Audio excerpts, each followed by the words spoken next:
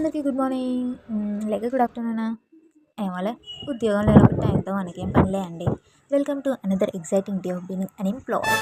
పొద్దున్నే 10 గంటల దాకా పడుకున్నామనే గిల్టీ పోగొట్టుకోవడానికి మంచిగా బ్రష్ చేసుకోవడం, జాబ్ లేకపోయినా మన డిసిప్లిన్ ఎక్కడ తగ్గకూడదు కదా.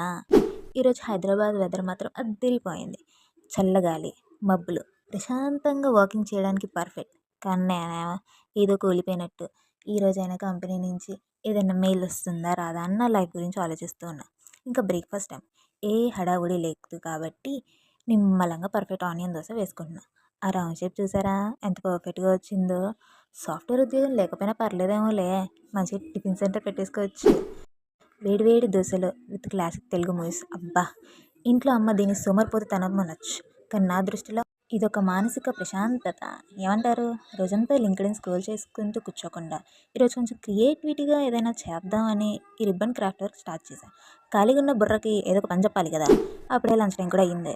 మళ్ళీ అన్నం, మళ్ళీ టీవీ, ఇలా సాగిపోతున్న నా జాబ్ హంట్కి నా మినీ బ్లాగ్ చూసినందుకు థ్యాంక్స్ ఫ్రెండ్స్. నచ్చితే లైక్ చేయండి, సబ్స్క్రైబ్ చేయండి. అలానే నా రెజ్యూమ్ షార్ట్ లిస్ట్ అవ్వాలని కొంచెం ప్రార్థించండి. Bye bye.